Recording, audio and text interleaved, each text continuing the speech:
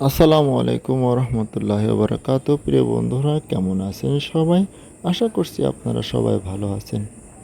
এই চ্যানেলের 15 নম্বর পর্বে আপনাদেরকে স্বাগত জানাচ্ছি। 15 নম্বর পর্ব। নেই।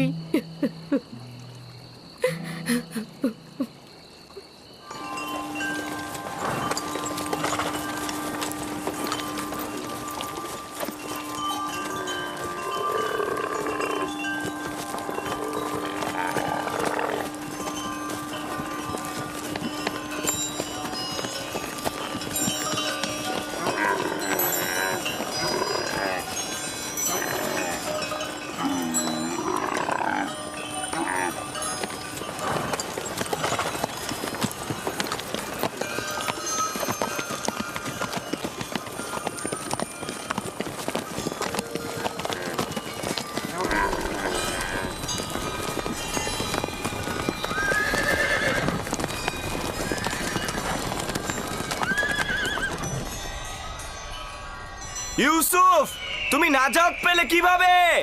আমি নিজেও জানি না আমি কি করে নাজাত পেলাম। আমাকে বাইরে নিয়ে এসো। এইসব কথা বন্ধ করতে বলো।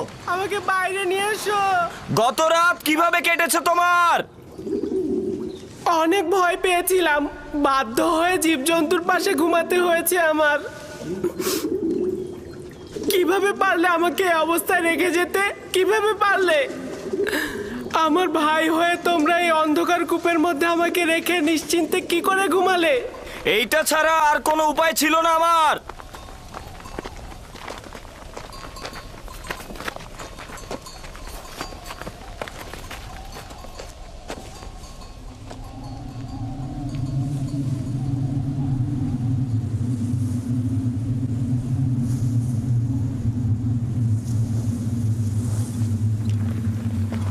সামন, क्या होता? দেখো ওটা কি? তুফান আসছে। তুফান, চলো আমরা কোনো নিরাপদ জায়গায় আশ্রয় নিই। চলো, তুফান আসছে। চলো সবাই, লাভি এখান থেকে চলো। তুফান আসছে, তুফান। ইউসুফ, তুফান আসছে। আমরা এখন চলে যেতে বাধ্য হচ্ছি। চিন্তা করো না, আমরা আবারও আসবো।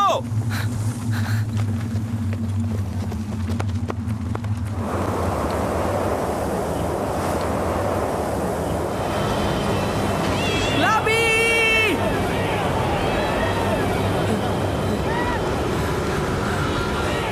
লাবি! বাইরে কি হচ্ছে?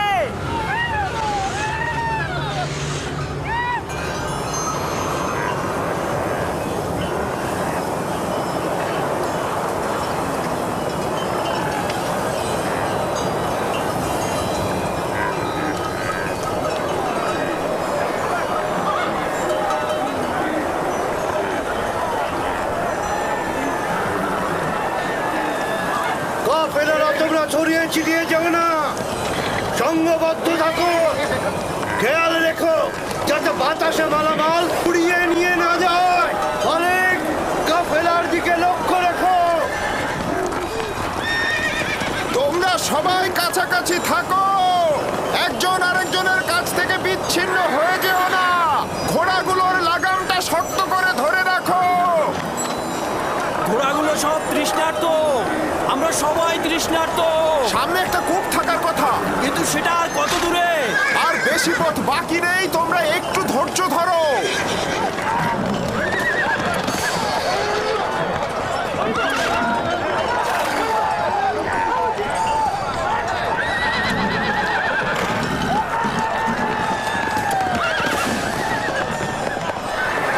জনাবে মালিক, একটু কষ্ট হলেও পথের দিকে লক্ষ্য রাখবেন, না হলে কিন্তু পথ হারিয়ে ফেলবেন।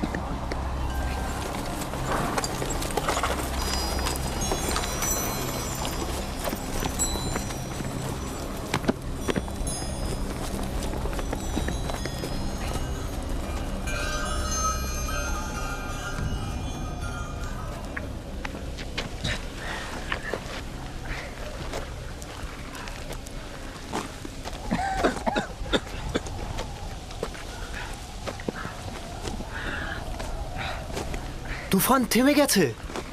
এইটা আবার কেমন তুফান? খুব ভয়ানক তুফান ছিল এটা, কিন্তু হঠাৎ শুরু হলো, হঠাৎই শেষ হয়ে গেল, বুঝলাম না।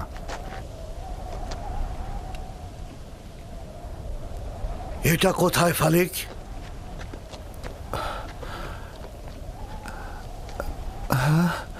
খোদা আমাদের রহম করুক, আমরা তো রাস্তা হারিয়ে ফেলেছি। মনে হচ্ছে আমাদের দিগ্ভ্রান্ত করার জন্যই তুফানটাকে পাঠানো হয়েছে।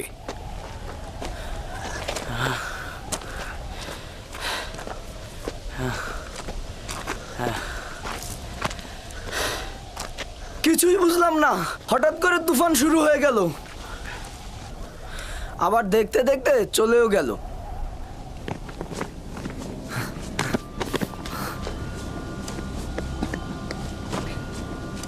ইউসুফ,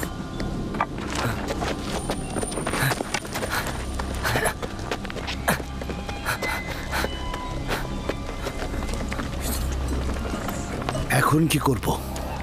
ঠিক জানি না, আমি আসলে এই জায়গা চিনি না।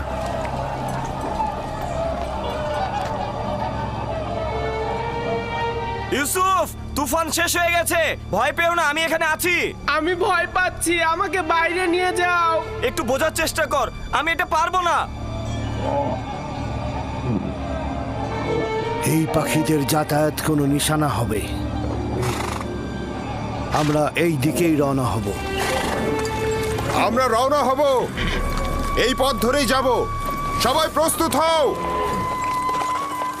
আমরা কিভাবে জানবো যে আমরা সঠিক পথেই যাচ্ছি? আমাদের তো একদিকে রওনা হতেই হবে। আমি পূর্বপুরুষ ইব্রাহিমের উপর তাওয়াক্কুল করেছি, আশা করি আমরা পথ পেয়ে যাব। কিন্তু আমরা যদি সঠিক পথ খুঁজে না পাই, তাহলে কিন্তু আমরা সবাই মৃত্যুর মুখে ঢলে পড়ব। আমাদের কাছে কতটুকু পানি রয়েছে ফালিক? এক মশকের অর্ধেক, আর সবার পানি শেষ। দেখো, যে বেশি তৃষ্ণার্ত তাকে দাও। এটা আপনি কি বলছেন জনাব? এই পানিটুকু শেষ হলে আমাদের মৃত্যু অবধারিত। জীবন যেমন একসঙ্গে, মৃত্যু একসঙ্গে। পানি সকলের জন্যে, যদি না থাকে তাহলে কেউ পাবে না। এটা একদমই ঠিক নয়। এই সময় এসে তুমি নিজের কথা ভাবছো।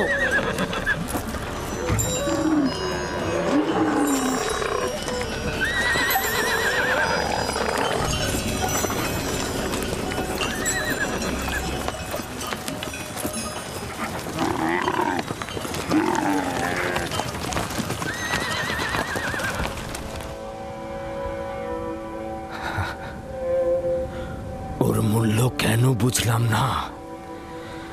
ও তো খোদার আমানত ছিল, খোদার তরফ থেকে নির্ধারিত হয়েছিল ও জমিনের নবী হবে। আমি ভালো পিতা হতে পারলাম না। যদি পারতাম তাহলে ওকে ভালোবাসতাম, নিজ হাতে ওকে দুশ্মনের হাতে ছেড়ে দিতে পারতাম না। সত্যি করে বলুন তো, আমার সন্তানদেরকে আপনি ইউসুফের শত্রু ভাবেন? তাহলে তুমি আমাকে কি ভাবতে বলছো? ভাইজানেরা একদমই ইউসুফকে ভালোবাসে না। ইউসুফ যে কেন তাদের সাথে গেল? আমি তো তাকে পাঠিয়েছিলাম, ওর তো কোনো দোষ নেই। আফসোস যদি না পাঠাতাম। কেন তাকে পাঠালাম?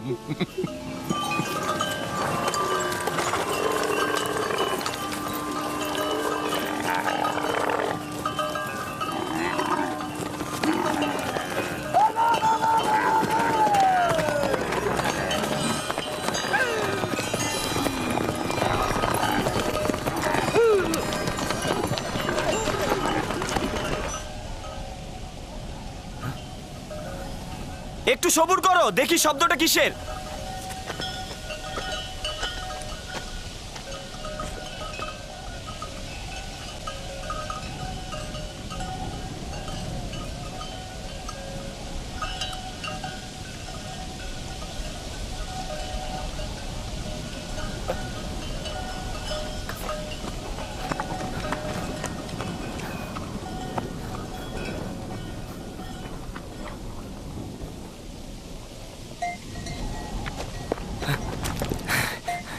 আমি মাত্রই দেখে আসলাম, একটা কাফেলা আসছে এইদিকে।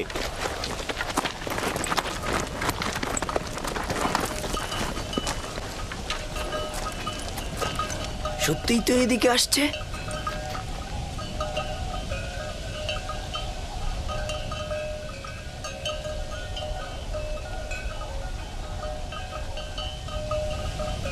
কাফেলার দল তো সাধারণত অন্য দিক দিয়ে চলাফেরা করে, ওরা এখানে কি করছে?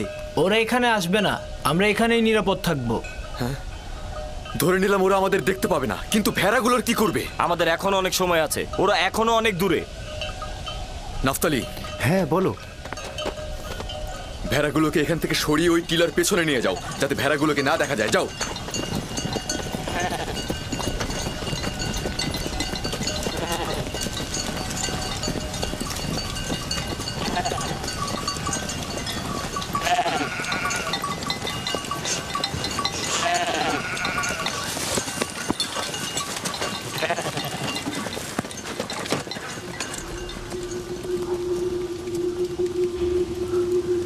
এইখানেই থাকি আমি, ভেড়াগুলোকে আর দেখতে পারবে না। আমি টিলার কিনারায় ওই নির্জন বৃক্ষটাকে চিনি। ওইটা কেনানের পাথুরি এলাকা। ওই বৃক্ষের তলে একটা পানির কূপ রয়েছে।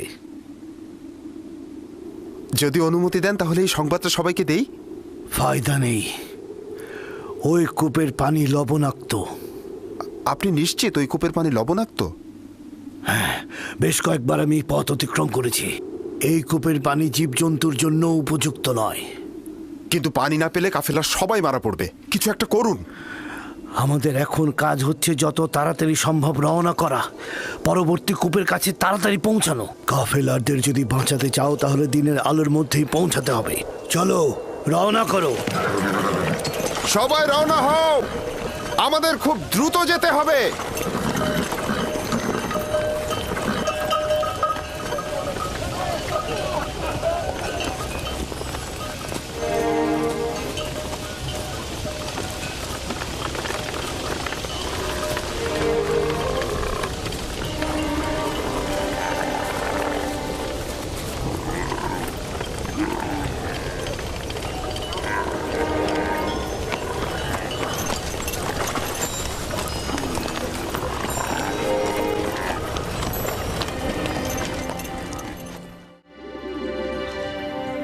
হে আমার মেহেরবান খোদা, যদিও আমার ভাইরা আমার উপর জুলুম করেছে, কিন্তু তুমি তো আমার উপর মেহেরবান।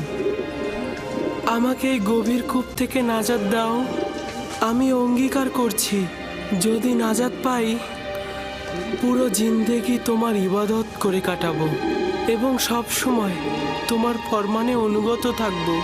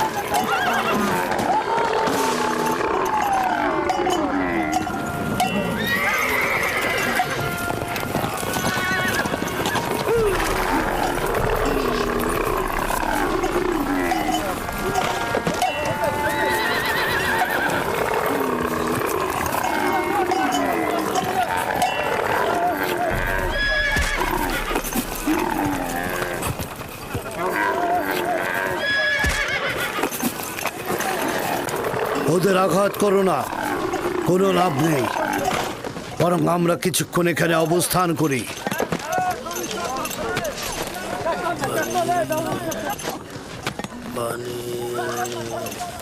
রহস্য কি? ওরা পানির ঘ্রাণ পেয়েছে। জীবজন্তু তো আর বোঝে না যেটা লবণাক্ত পানি। আমার মনে হচ্ছে এখানে অন্য কোনো ব্যাপার আছে। প্রাণীগুলো এমন করছে কেন? পানি, একটু পানি খাবো, আমাকে একটু পানি দাও, পানি।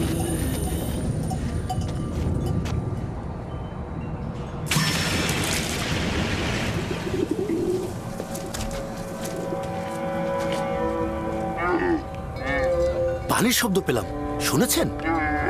কোনো ফায়দা নেই, এটা তো লবণাক্ত।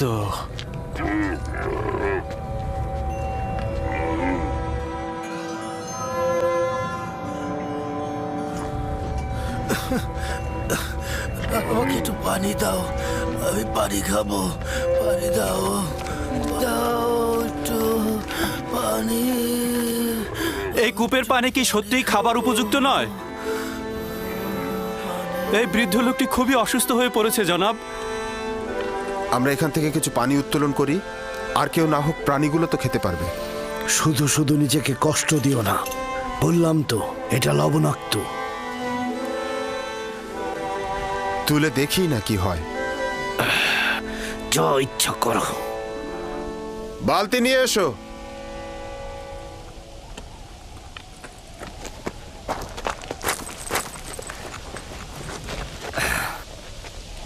যদি তাকে কূপ থেকে বের করে আনে তবে কি করব? কি আর করবে? তোমরা তো এটাই চাচ্ছিলে যে কাফিলারা তাকে দেখুক আর সঙ্গে করে নিয়ে যাক। হ্যাঁ, তার মানে কে আমাদের ভাইকে আমরা এইভাবে ছেড়ে দেব? তোর সাথে আমি একমত। আমাদের ভাইকে তো আমরা বিনামূল্যে ছেড়ে দিতে পারি না। কিন্তু আমার কথার অর্থ এটা নয়। তোর মতামত গুরুত্বপূর্ণ নয়, গুরুত্বপূর্ণ হচ্ছে ইউসুফকে আমরা বেশি দামে বিক্রি করতে পারবো। তার মানে কি আমাদের ভাইকে আমরা বিক্রি করব? না, আমরা বলবো আমরা তো পলাতক গোলামকে বিক্রি করছি।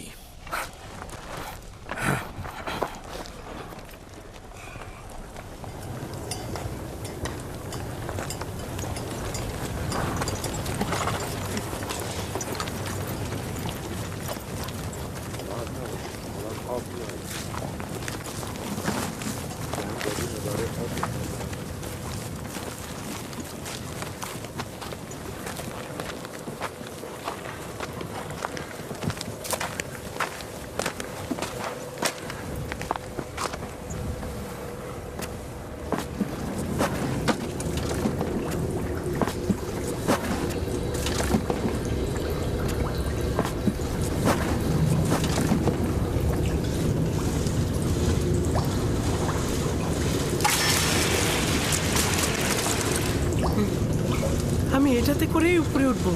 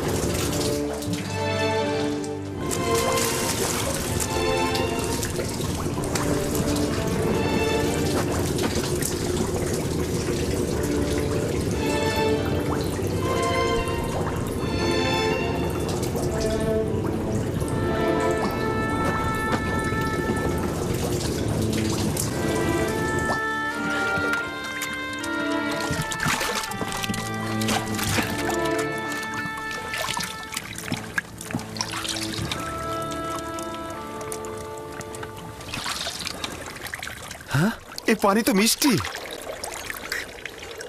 হ্যাঁ, তাই তো। এই পানি তো লবণাক্ত নয়।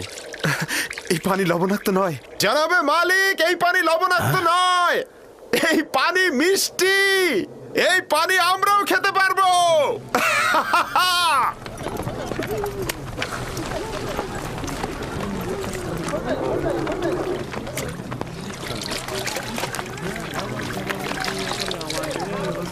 আজব ব্যাপার। হ্যাঁ, একটু মুখে নিয়ে দেখুন, কত সুমিষ্ট। এটা একটা আজব ঘটনা। কি এমন ঘটলো যে লবণাক্ত পানি মিষ্টি হয়ে গেল? মনে হচ্ছে যেন এটা শরবত। এসো সবাই, এসো সবাই পান করো।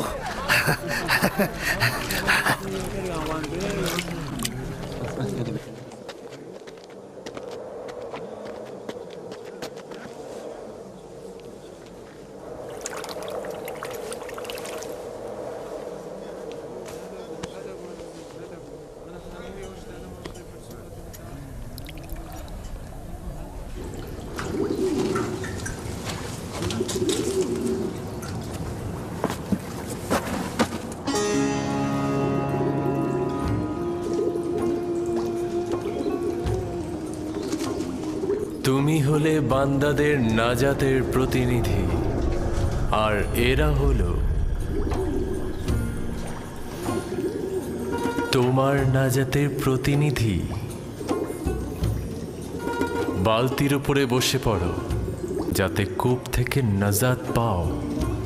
এই কূপ থেকে বের হয়ে আমার ভাইয়ের, আমার বন্ধুরা, আমার তাহলে সৎ কাজের আদেশ কিছুটা হলেও আছে, কিন্তু অসৎ কাজের বাধা কথা বলে না। আমার ভাইয়েরা, আল্লাহর নবী মুহাম্মদ সাল্লাল্লাহু আলাইহি ওয়াসাল্লাম বলেছেন, মান রাআ মিনকুম মুনকারান ফালইউগাইয়ির বিয়াদিহি ফাইন লাম ইয়াসতি' ফাবিলিসানিহি ফাইন লাম ইয়াসতি' ফাবিকলবিহি ওয়া যালিকা আযআফুল ঈমান। আল্লাহর নবী বলেছেন, সমাজে যদি অসৎ কোনো কাজ দেখো, মুনকার কোনো কাজ দেখো, তাহলে সর্বপ্রথম হাত দিয়ে বাধা দিতে হবে। কি দিয়ে বাধা দিতে হবে? পুলিশ সর্বপ্রথম কি দিয়ে বাধা দেয়? যদি কথা না শুনে জনগণ, কথা বলেন, কি দিয়ে বাধা দেয়?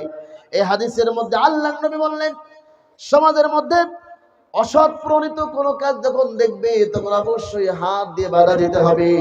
হাত দিয়ে যদি সম্ভব না হয়, তোমার যদি শক্তি না থাকে, তাহলে জবান দিয়ে, কি দিয়ে কথা বলেন, জবান দিয়ে বাধা দিতে হবে। জবান দিয়ে যদি সম্ভব না হয়, তাহলে ওয়াদালিকা দুআফুল ঈমান আল্লাহর নবী বলেছেন, তাহলে কি করতে হবে?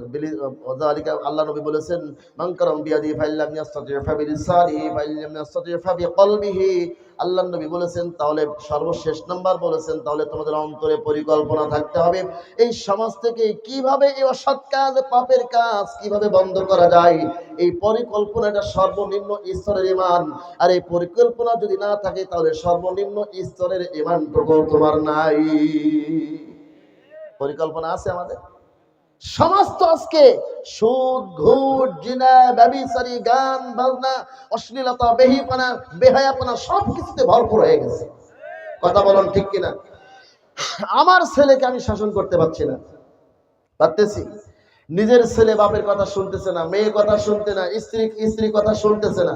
কথা বলেন ঠিক কিনা? চেয়ারম্যান, মেম্বাররা শাসন করেও পারতেছে না, কি পুলিশ পর্যন্ত পাচ্ছে না। কথা বলুন ঠিক কিনা?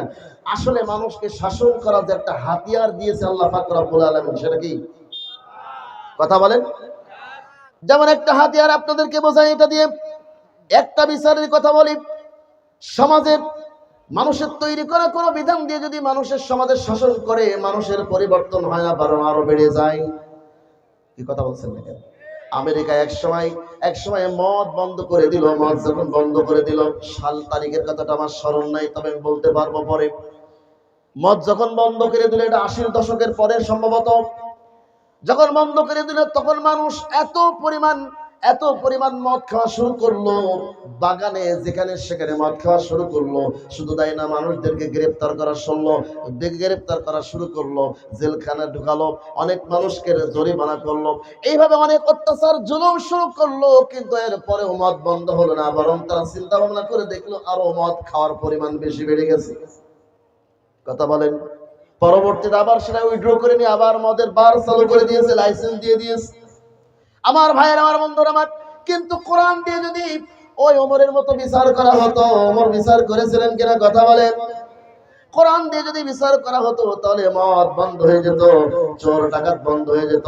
সমাজে অনেক মুনকার কাজ হচ্ছে, এটা কিন্তু কোরআন দিয়ে একটাও বিচার হয় না। হয় কি কথা বলেন? যেমন আল্লাহ পাক রব্বুল আলামিন বলেন, ওয়াস-সারিকু ওয়াস-সারিকাতু ফাকতাউ আইদিয়াহুমা জাযাআন বিমা কাসাবা নাকালাম মিনাল্লাহ। চোর নারী হোক পুরুষ হোক, যদি চুরি করে সঠিক প্রমাণ হলে হাত কেটে দিতে হবে। এটা কার আয়াত? সূরা মায়েদার এটা হচ্ছে 38 নম্বর আয়াত। এই আয়াতকে আপনি অস্বীকার করতে পারেন?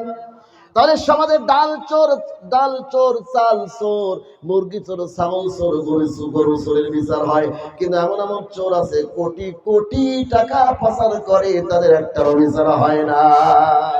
একটা চোরের বিচার যদি হতো, সকলেই সাইড হয়ে যেত। প্রত্যেকটি গরিব দুঃখী অসহায় মানুষ প্রত্যেকেই তার ন্যায্য অধিকার ঘরে বসে পেত। কথা বলুন ঠিক কিনা? এই জন্য আল্লাহর নবী ওই মদিনায় গিয়ে কোরআনের 2 নম্বর দফা তিনি চালু করলেন। কি করলেন? সৎ কাজের আদেশের অসৎ কাজে যেখানে অসৎ কাজ দেখবে সেখানে বাধা দিতে হবে। কিন্তু আজকে আপনি কি বাধা দিতে পারছেন? এই বাধা দেওয়ার অধিকার কি আমার আছে?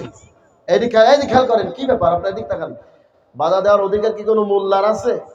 হ্যাঁ, সভাপতি সাহেবের আছে? আপনাদের আছে? একমাত্র আছে রাষ্ট্র ক্ষমতা। কথা বলুন ঠিক কিনা? এই জন্যই তো আল্লাহর নবী মদিনায় একটানা 13 বছর ইসলামের দাওয়াত দিয়েছে। একটানা 13 বছর দাওয়াত দিয়ে মাত্র 100 কতজন ইসলাম গ্রহণ করেছে। আর মদিনায় যাওয়ার পরে যখন অসৎ কাজে বাধা দেওয়া শুরু করলো, সরাসরি অ্যাকশন শুরু করলো, আপনার ওখানে 10 বছরের মধ্যে 1,14,000 সাহাবী ইসলাম গ্রহণ করেছে। দলে দলে ইসলাম প্রবেশ করেছে। সুবহানাল্লাহ। পরে সশস্ত্র বাহিনী সহ মদিনা থেকে মক্কায় প্রবেশ করেছে। তখন তারা ভীত হয়ে পালাবার পথ খুঁজছিল। কিন্তু আল্লাহর নবী বলেছেন যে না, আমরা প্রতিশোধ দেব না, তোমরা ঠান্ডা হও, আমরা প্রতিশোধে বিশ্বাসী নয়। আল্লাহর নবী সাধারণ ক্ষমা করে দিয়েছিল। সুবহানাল্লাহ। আমার ভাইয়ের, আমার বন্ধুরা, আমি মূল পয়েন্টগুলো হয়তো বা শেষ করতে পারবো না। তাহলে 2 নম্বর পয়েন্ট, সৎ কাজের আদেশ আর অসৎ কাজে বাধা দেওয়া। অসৎ কাজে আপনি বাধা দিতে পারবেন। আপনি যদি কালকে কোনো চোরের হাত কাটতে দেন, আপনার উল্টো হাত কাটা পড়বে। কথা বলেন ঠিক কিনা? সমাজে কোনো ব্যক্তি জিনা বা বিচারিক তার সাজা যদি আপনি দিতে যান, তাহলে আপনি নিজে উল্টা সাজা খাবেন। এটা রাষ্ট্রের দায়িত্ব। কথা বলুন ঠিক কিনা? এটা রাষ্ট্র থেকে কাজী থাকবে, তাদের দায়িত্ব, তারা এগুলো বিচার করবে। কিন্তু পৃথিবীর কোনো জায়গায় আসলে তো কোরআন নামক সংবিধান নাই, আমেরিকার সংবিধান ছাড়া। এই কথা বলেন না কেন? কোরআন নামক সংবিধান কি পৃথিবীর কোনো রাষ্ট্রে আছে বলুন তো? দেখি কেউ বলতে পারেন কিনা? একটা রাষ্ট্রে চালু হয়েছে, সেই রাষ্ট্রের নামটা কে বলতে পারবেন দেখি? তাও খবর রাখেন না। মরক্কো, আফগানিস্তান। কোথায় চালু হয়েছে? যে আফগানিস্তানে আমেরিকা একটানা 20 বছর যুদ্ধ করেছে, ন্যাটো জোট সকলেই মিলে 20 বছর যুদ্ধ করেছেন। লাস্টে নাকানি সুবানি খেয়ে নাকে শেষর দিয়ে ওখান থেকে পালিয়েছে। সেখানে এখন ইসলামিক স্টেট কায়েম হয়েছে। কোরআন হুকুম মোতাবেক সেখানে রাষ্ট্র পরিচালিত হচ্ছে। আর বাদ বাকি পৃথিবীর সমস্ত জায়গায় সব আমেরিকার বিধানের উপরে রাষ্ট্র পরিচালিত হয়। কোরআন দিয়ে যদি একটা বিধান যদি চালু করা হয়, তাহলে অন্তত ওই রোগটা ওই দেশে থাকবে না। এই জন্য ওই চোর, বাটপার, বদমাশ যারা, ওরা চায় না কোরআন চালু হোক। এই কোরআন শুধুমাত্র মসজিদে পড়ে থাক, খানকায় পড়ে থাক, চুমা খাবে আর যেখানে সেখানে তেলাওয়াত করবে। এই কোরআন যেখানে সেখানে চালু করা যাবে না, সংসদে নেওয়া যাবে না। এই জন্য ওরা বর্তমান স্লোগান তুলেছে, ধর্মভিত্তিক রাজনীতিটা নিষিদ্ধ করা হোক। কথা বলছেন না কেন? এই ধর্মটা কার? এই ধর্মগ্রন্থটা কার? ধর্মভিত্তিক রাজনীতি নিষিদ্ধ মানে কোরআনটাই নিষিদ্ধ। কথা বলুন ঠিক কিনা? ধর্মের ধর্মগ্রন্থ এটাই। কথা বলুন ঠিক কিনা? এটা কি মানা যাবে? এটা কি মানা যাবে? তাদের বক্তব্য কি মানা যাবে? কখনো মানা যাবে না। আসুন আমার ভাইয়ের, আমার বন্ধুরা, তাহলে সৎ কাজের আদেশ, অসৎ কাজের বাধা প্রদান করা। এরপরে আল্লাহর নবী মুহাম্মদ সাল্লাল্লাহু আলাইহি ওয়াসাল্লাম বলেছেন, 2 নম্বরে বলেছেন সৎ কাজের আদেশ। 3 নম্বর পয়েন্ট আমি একসাথে জড়িয়ে দিয়েছি। 3 নম্বর অসৎ কাজে বাধা প্রদান করা।